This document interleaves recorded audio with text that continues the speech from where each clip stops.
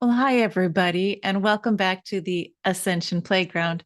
This is your friend Ursie, and today I have brought along my Kolinsky Sable.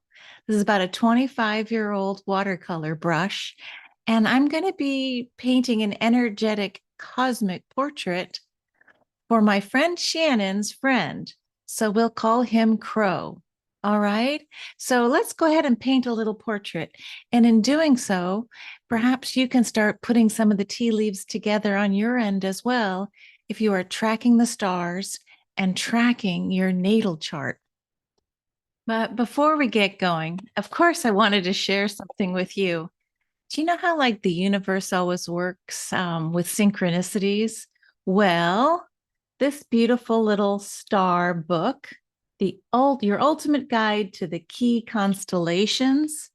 It seems like no matter which bookstore I go into, I find these boxes of stars. Oops. And so this one is by Mark Westmoquette. I think I was at a Borders bookstore and they had this little kit. It's kind of nice. Here's like a picture of Lyra. So if you're really getting into the stars and trying to tune out all that noise that's happening in 3D and looking into more of allowing this energy to wake you up into more of a cosmic, multidimensional portrait, I think there's a healthy balance between being in the world, but not of it. So, we just kind of hold this idea that these Sturm und Drangs, this us versus them, it's happened throughout the cosmos, not just here on Earth. And what are we learning from it? So, anyway, I just thought I'd let you know about the Star book. Look, it was on sale, I guess, at Borders for $15. Okay, well, I'm doing this in the tradition of Danny Shea Thoreau with just rambling because if I get so serious and then I want everything to just be orchestrated just right. But I'm starting to let myself say, you know what, just go on and see what might happen and just allow for the humanness to come through. Okay, well, I bet you want to hear a little bit more about the cosmic portrait for a friend of a friend named Crow. So I typically, because it's 2025 and it's the Asian New Year of the greenwood snake, really reminding myself with this front page of co-creation, co-creativity. We don't have to do it alone. In fact, in quantum, we're learning to do it as a collective. And we don't even have to work in groups of physical people. We can actually engage within our own star families, within our spirit guides or angelic realms. So it's this idea of opening yourself up to greater possibility.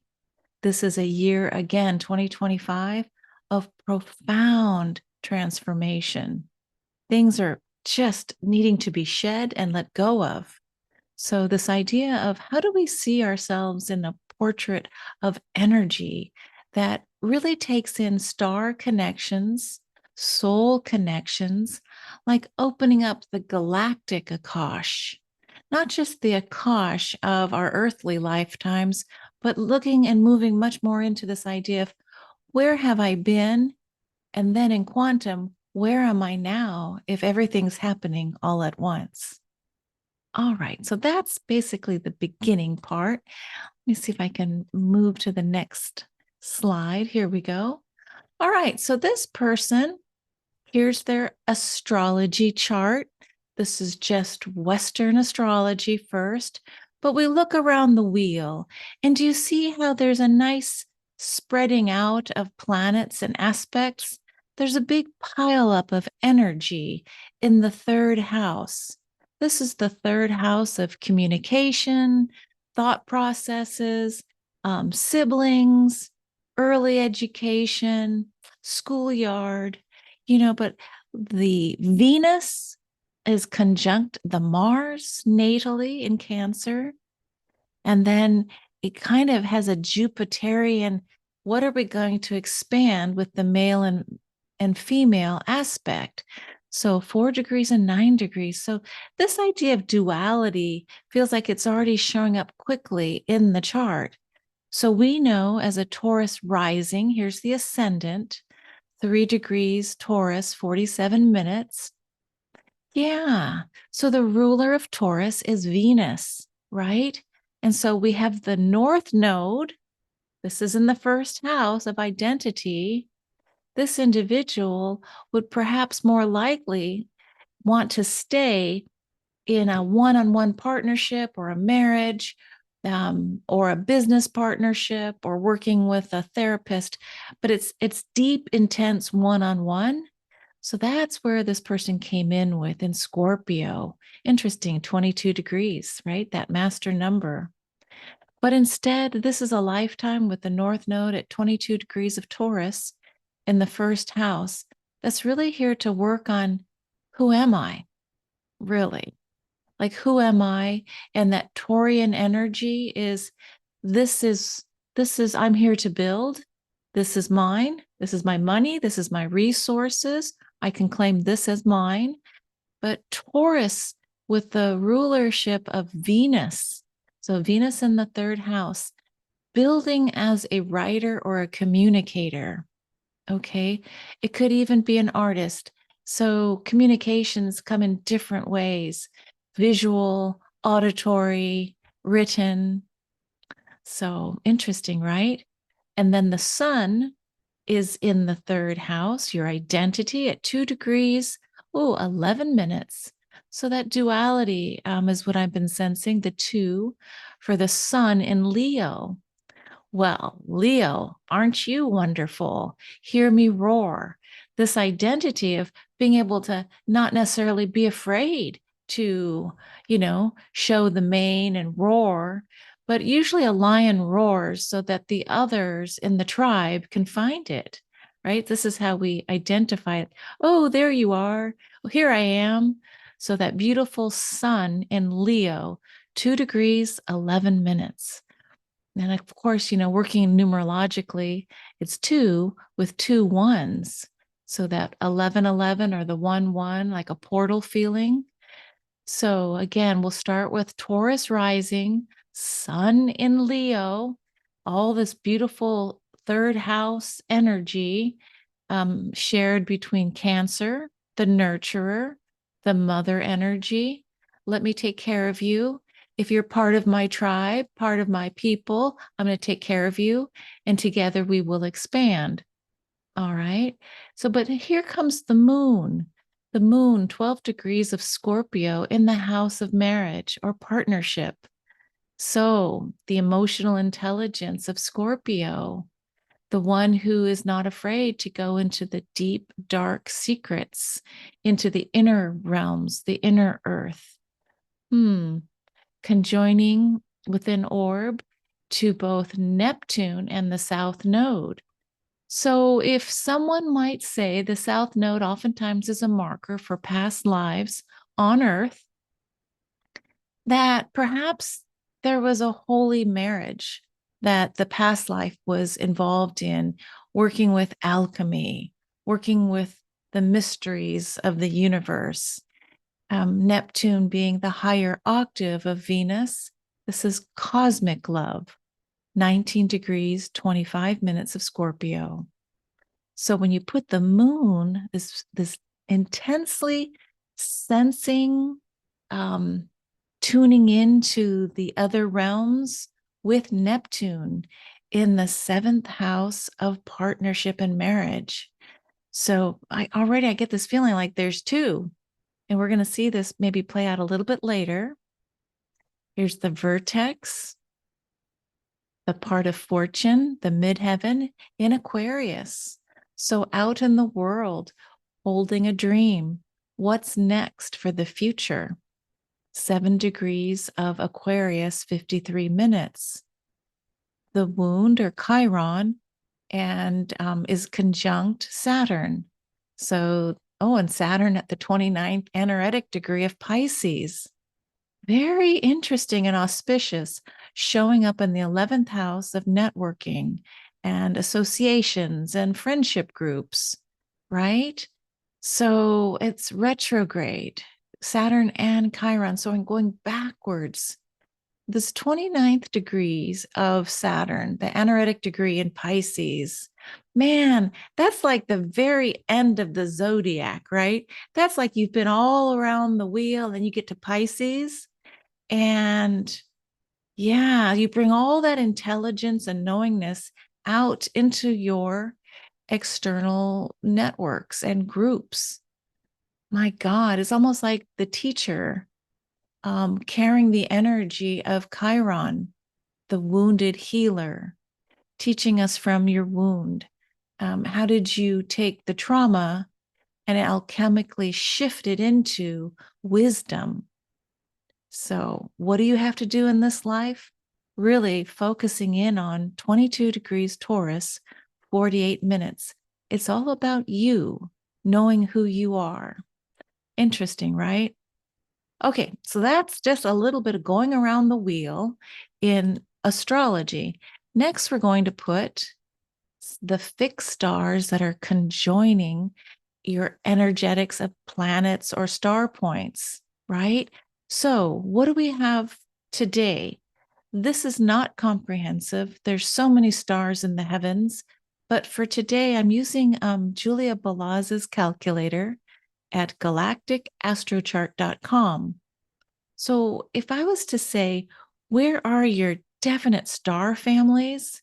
Anywhere you see a conjunction or an opposition, I mean, this is energy that when you learn the star story, it's like, oh, yeah, oh, yeah. It's not just a sense within you, but you can actually claim it as part of your soul tribe. So, what do we have here? We have Acrux, the beautiful star in the Southern Cross, conjunct your beautiful moon. Remember that intense, highly sensitive moon in partnership in the marriage house, working with Neptune and coming in with the South Node, Acrux. Look at that, 11 degrees, 24 minutes. So it really sits on your moon. This is the star that is about bringing spirit into matter. Even though it's called the Southern Cross, Crux is the constellation. The fixed star Acrux is not religious, does not have dogma or theology. It really is this idea of the soul coming down and bringing itself into matter. So when I look at that beautiful star, I go, okay, that's one of his families.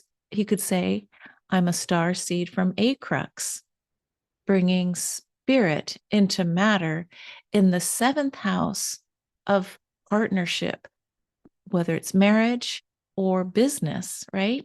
But it's close and intimate. And Scorpio goes really deep in relationships. Next, we have Beta Centauri Hadar. This is the beautiful star in the centaur. This is the priestly centaur. There's many other half men, half horse. In fact, the centaurs were known for being rather rambunctious, drinking too much, getting into trouble, not being kind to women after they were drinking so much. But this constellation of Centaurus working very closely with, gosh, your south node, 23 degrees, 19 minutes, and your south node is at 22 degrees. So this says there's a priestly nature.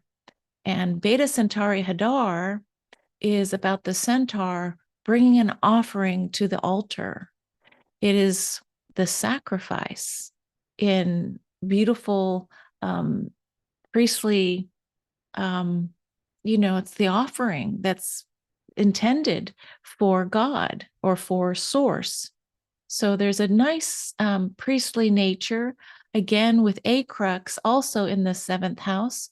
So what I would say is if you wanted to pair up in this house of relationship with your emotional intelligence, I mean, when it is time when you're feeling out of sorts, get near water Allow yourself to cry. Scorpio is fixed water. So think of that water that just holds and goes deep like a well. Acrux is there helping you. And Beta Centauri Hadar, also a marker for high creativity. So the Hadarian star seeds, very priest and priestly energy here. So it's interesting. The two would be the priest and or priestess offering to source. So bringing the gift to the relationship. Next, we have the Ras Al Hagwe at 21 degrees, 58 minutes of Sagittarius, conjunct the vertex. Now, the vertex is a point, a calculated point. And what astrologers say is typically when you get a transit to your vertex, so there's no aspects to it, but anytime 20 degrees of Sag, 37 minutes gets hit or aspected, right? Fated things will happen. The vertex is like, okay, when I met the person I was going to marry, when I opened up my new business that was very successful, when I got the lucky break to do X, Y, or Z, when I had a baby, or when our family began. So the vertex. But what is this fated karmic point working with? It's working with Ras Al Hagwe, which is in the constellation of Ophiuchus. Ophiuchus is the serpent handler. It's this guy that's got a snake. He's got the head and the tail, and I think the body's going through his legs. Oftentimes, people are looking at Ophiuchus as the 13th zodiacal sign. But for me, when I look at that, it's again a marker for the sacred, working with snake energy, the handler who knows how to take the venom and alchemically move it into medicine. So we've got spirit into matter. We have the priest, the highly creative priest energy, and then we have the healer, Ras Al Hagwe, the snake handler. The healer happening in the 8th house of Sag. So the 8th house is intense transformation. And for me, when I see Sag there, Sagittarius, 20 degrees, there's the 2 again. It really connects to the galactic. So this idea of yourself and another, interesting.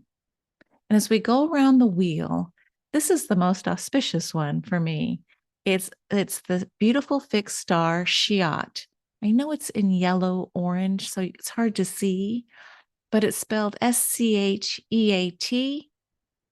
28 degrees of Pisces, 54 minutes, right on top of your natal Saturn. And we would say conjoining its energy with your natal Chiron. So you got the wounded healer with Saturn, father time and structure, right? And then galactically, you've got the beautiful star Shiat. This is a star that's within the Pegasus constellation. Pegasus, if you remember, when Perseus cut the head off of Medusa, from her blood sprang forth Jupiter's horse. And this horse, like Mercury, is one of the few beings that can go in the upper realms, the middle earth, and into the underworld. So it's very interesting, right? Jupiter's horse. But more auspicious than anything is, do you see how it says 28 degrees of Pisces, 54 minutes? We could round it to 29 degrees Pisces. Whichever star, fixed star, is close to the 0 degrees Aries point is said to hold the star of the age. So as we move toward the age of Aquarius, right? And we're in the Pisces age right now. What's in between really is Shiat, this beautiful star in Pegasus. For me, you may have heard me say this before, I believe we're in actually the age of Pegasus before we move into the age of Aquarius. It's astrology speak, it's metaphoric, it's energetic, but Shiat actually there's something about Jupiter's horse and how from the blood of the most vilified feminine archetype, snakes, and you just look at her and you turn to stone.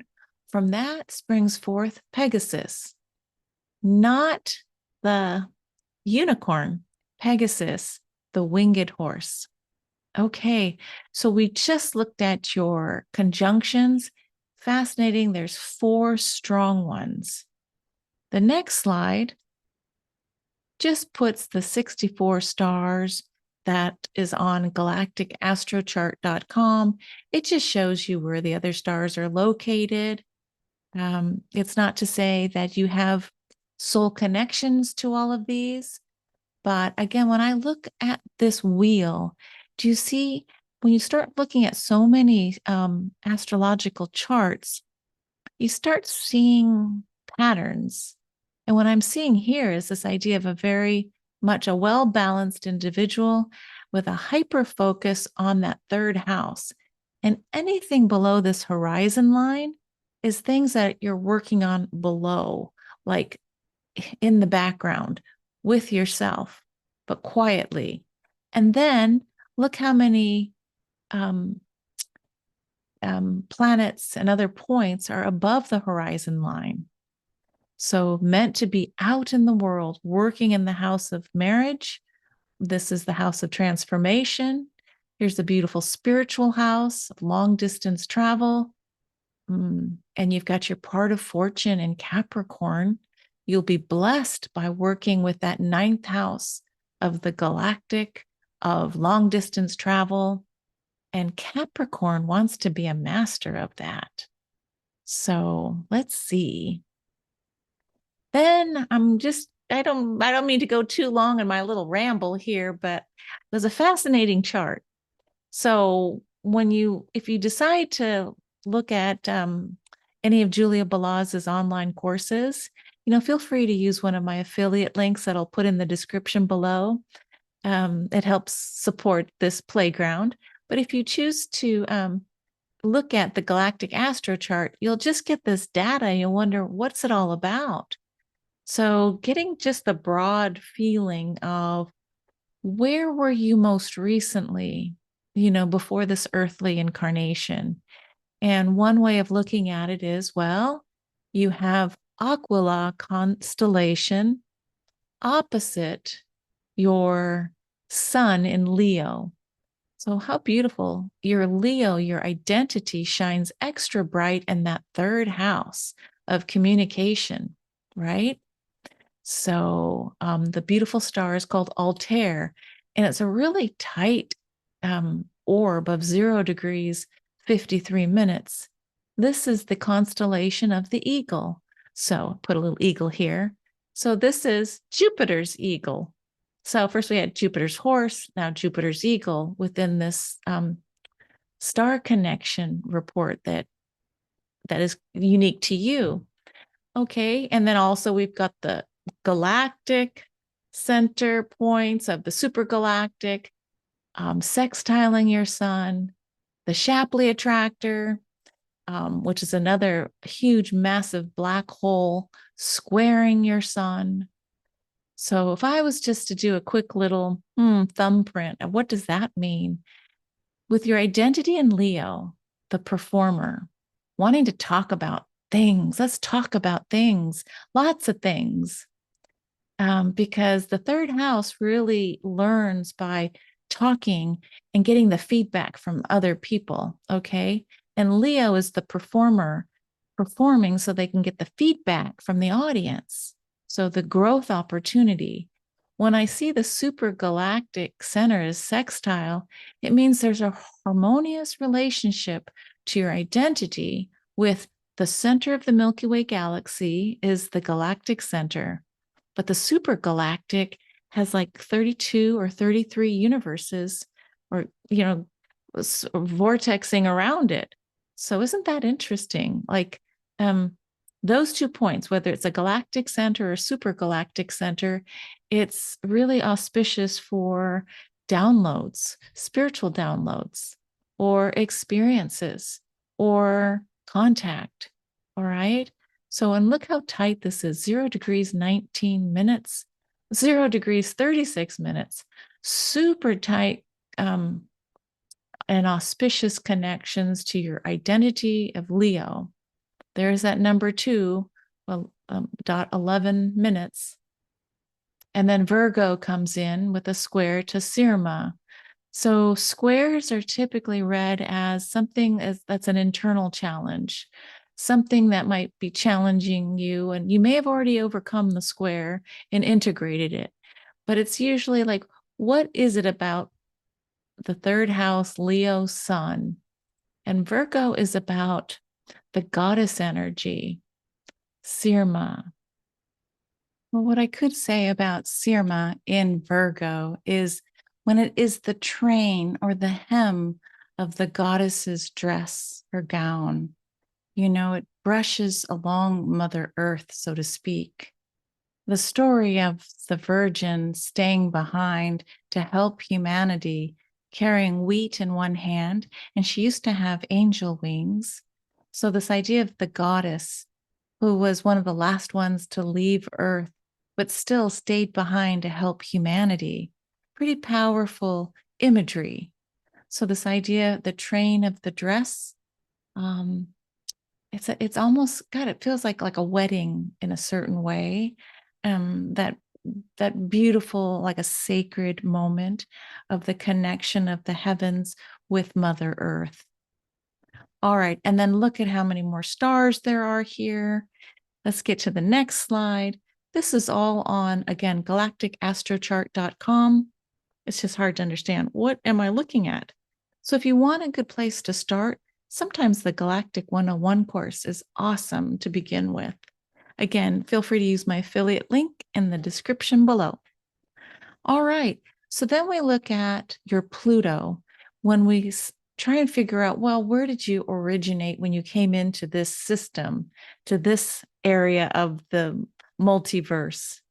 And what we see is there is a connection, a star family connection to the constellation of Eridanus.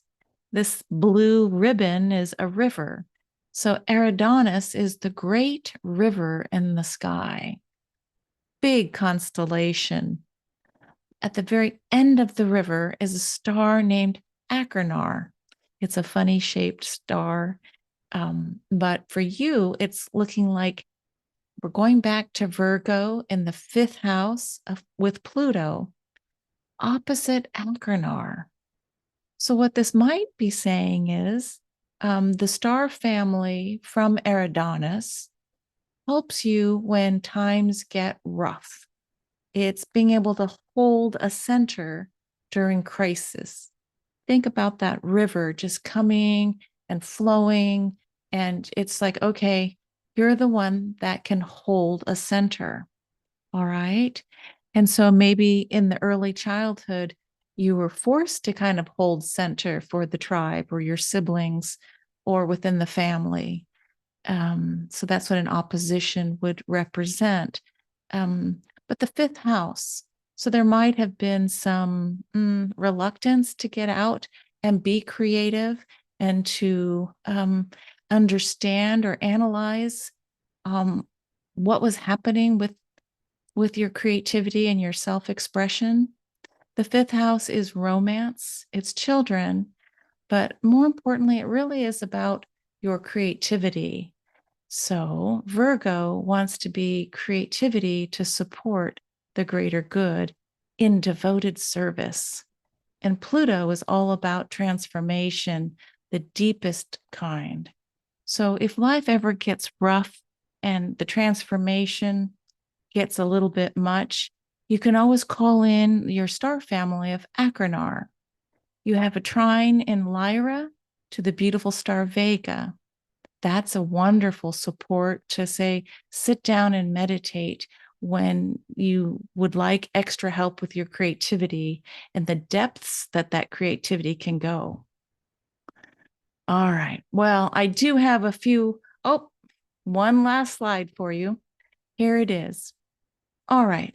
I mentioned the part of fortune. And for anyone listening, your POF or your part of fortune is an Arabic part. there are many Arabic parts. It's not a planet, it's a calculation. So each of us has an area where we feel most blessed. For me, knowing that and who's there to help me with my blessings, to help, balance out the scales and help me understand, why am I here? Where are my blessings? So the part of fortune in Capricorn, being blessed with mastery and getting to the top of the mountain in the ninth house of long distance travel. This is for me, Galactic house. It is Jupiter's house of judiciousness, of sovereignty. And we see there's a little dog star. Canis Minor is the constellation. So I put this little barking corgi, the little dog barking with the star Procyon. I recently did on my YouTube channel. You'll find a little bit of an informational update on Procyon, this beautiful star of the barking dog. So what it likes to do is like say yes, short, bright successes, not necessarily long lasting, but it'll be like fireworks, boom, and then fizzle, and then boom. So sometimes in our minds and our egos, we think, well, success should be long term and enduring. Instead, the blessings will come in the ninth house, perhaps with sudden visitations or sudden downloads or suddenness. All right. Well, I know this went a little long, but oh, here, the little barking dog had me do one more picture. Here's what your part of fortune. It's like the circle with the X in it. Now, if it's a circle with a cross, that's usually Earth, but the X means part of fortune. And so it's exactly opposite. Here's Procyon. So it's this, I look at it as not oppositional from a point of fighting, but this idea of connecting and support.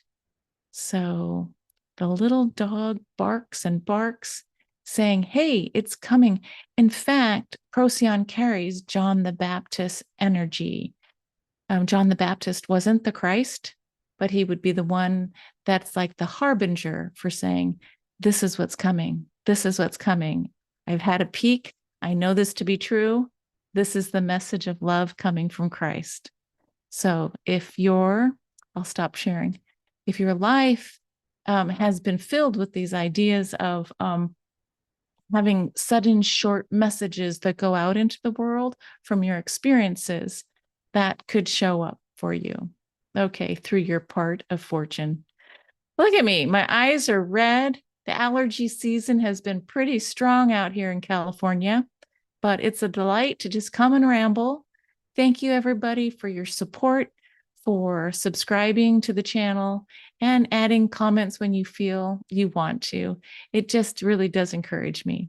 So I hope this little ramble helped support the cosmic portraiture for Crow. And I want to give another shout out to Shannon. Thank you, Shannon. Big heart love to you, as we all just try and learn and share and grow together, because together we expand. See you guys later, and hope you come back to the Ascension Playground next time. Bye for now.